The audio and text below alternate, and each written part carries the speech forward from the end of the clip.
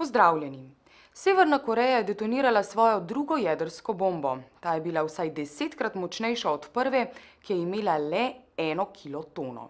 Po detonaciji je Južna Koreja sporočila, da se bo pridružila kontroverznemu sporazumu PSI, Proliferation Security Initiative, Bushove administracije.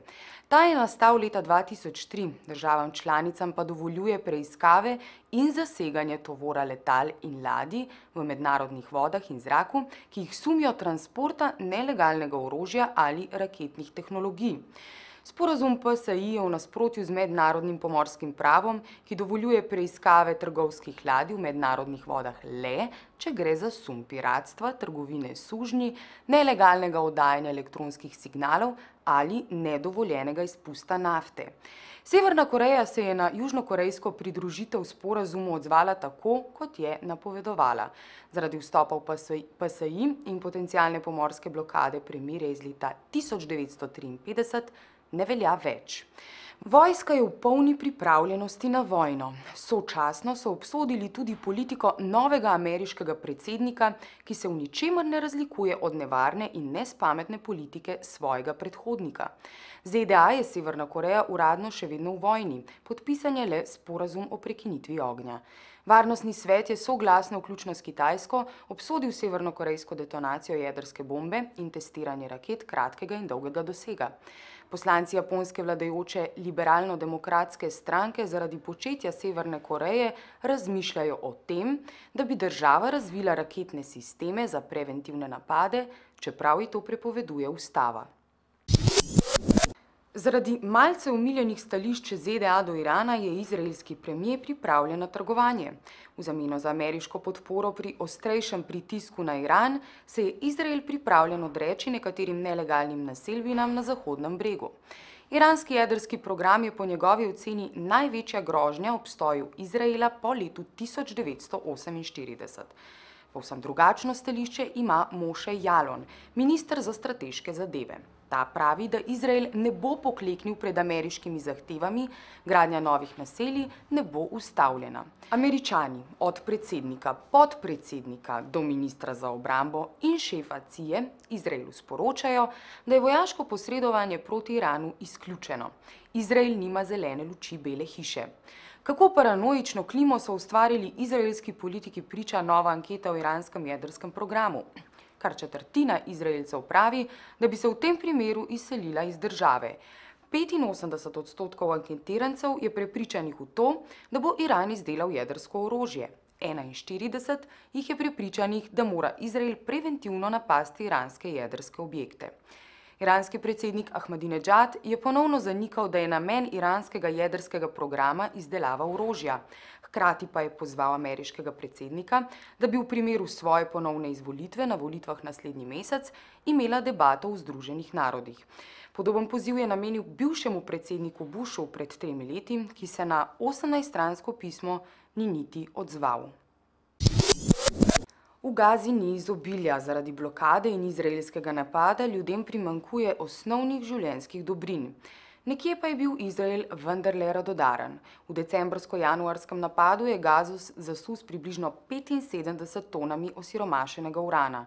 Na uporabo radioaktivnih materialov so opozarjali evropski zdravniki že med samim napadom, ko so operirali ranjence. Sedaj je te sume potrdila preiskava. Somalija se ne more izviti iz konfliktov, ki trajajo od začetka 90-ih. Zaradi novih spopadov med vladnimi enotami in islamisti je iz Mogadiša pobegnilo skoraj 60.000 ljudi. Večina jih biva ob cestah, ki vodijo iz mesta. So brez strehe nad glavo, primanjkuje jim hrane in vode. V Somaliji ponovno deluje etiopska vojska, ki se je iz države uradno umaknila lanskega decembra. Ta deluje s politično podporo ZDA, ki bi rada videla, da Somaliji ponovno ne zavladajo islamisti. Zveza islamskih sodišč je bila strmoglavljena z oblasti leta 2006. Uvedli so šeriatsko pravo in stabilizirali državo. Z vdorom etiopske vojske je bilo stabilnosti konec. V spopadih in nasilju je bilo ubitih okoli 16.000 ljudi. Kljub zamenjavi oblasti v ZDA se vojna proti terorizmu nadaljuje. Enako velja za sporne legalne postopke. Najnovejši nastop predsednika Obame je izzval množico kritik tako strani levice kot libertarne desnice. Za ljudi osumljene terorizma bodo obstajale 3 vrste postopkov. V primeru, da bo država zbrala dovolj dokaznega gradiva proti njim, jim bodo sodila regularna civilna sodišča. V primeru, da dokazi ne bodo zdržali pred običajnimi sodišči, jih bodo obravnavale posebne vojaške komisije. Tretji postopek je preventivno pridržanje za nedoločen čas. To se bo zgodilo tistim, ki jim ni mogoče dokazati nobenega kaznivega dejanja, država pa za njih predvideva, da so lahko nevarni, po predsednikovih besedah, če so izrazili podporo Osami bin Ladnu ali so drugače izrazili željo po ubijanju Američanov. Preventivno pridržanje ni omejeno ne časovno, ne krajevno, velja za vse ljudi na svetu, ki so se znašli na teroristični listi ZDA. Ostale države, ki poznajo pridržanje brez obtožnice, imajo časovno omejeno trajanje takšnega ukrepa. Najdlje je šla Velika Britanija, ki je pridržanje podaljšala iz 14 na 28 dni, lani pa na 42. Nov koncept odvzemanja svobode osumljencem v ZDA je precedenčen še zaradi tega, ker ne spada pod sodno oblast, temveč se z njim povečuje moč izvršne oblasti. Skratka, kadija tuži, kadija sudi. Obama se je izneveril predvolilnim obljubam, namesto robatega Busha je svet dobil milozvočno blagovno znamko, ki prinaša spremembe na slabše. Zaradi finančne in posledično ekonomske krize sta v ZDA najbolj prizadeti črnska in latino skupnost. Nekatere predmestne četrti postajajo mesta duhov, ker so lastnikom zapadli hipotekarni krediti s spremenljivimi obrestnimi merami. Takšni krediti so kljub zastavljenemu premoženju imeli več kot 10% obresti. Naselja šotorov rastejo po vsej Ameriki. I never thought I'd find myself in a situation like this. I was doing well as a union carpenter, there was plenty of work, I had a car, and then the economy just seemed to let go. I was making about 50 grand a year up in the Detroit area in the auto industry. You know, I had my own house, my own car, bank account. It's hard to fathom what's become of me at this point. I can't find work. I've made Caesar salads tableside, carved Chateaubriand. I can't get a job at Taco Bell. Kalifornijski guverner Arnold Schwarzenegger namerava namesto pomoči najbolj potrebnim ukiniti vso podporo za socialno ogrožene družine, zdravstveno oskrbo za revne otroke in štipendije za srednje šole in univerze. Kalifornija je pred bankrotom. Na udaru je tudi vzhodna Evropa. Predsednik Svetovne banke svari pred socialnimi nemiri.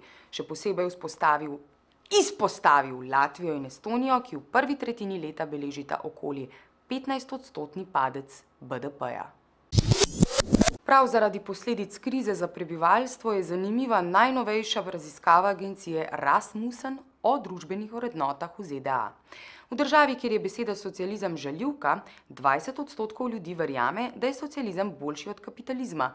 Naslednjih 27% se ne more odločiti, kateri je boljši. Celo revija Forbes je v poročilu o zadovoljstvu ljudi po svetu ugotovila, da to ni v direktni povezavi z osebnim premoženjem. Najbolje so se odrezale socialdemokratske države z močnimi socialnimi mehanizmi, ki krepijo družbeno kohezijo in solidarnost. Pohlep, ki naj bi bil gonilo kapitalizma, ne proizvaja zadovoljne in harmonične družbe. Iz ljubljanskega studia 142 takle imamo.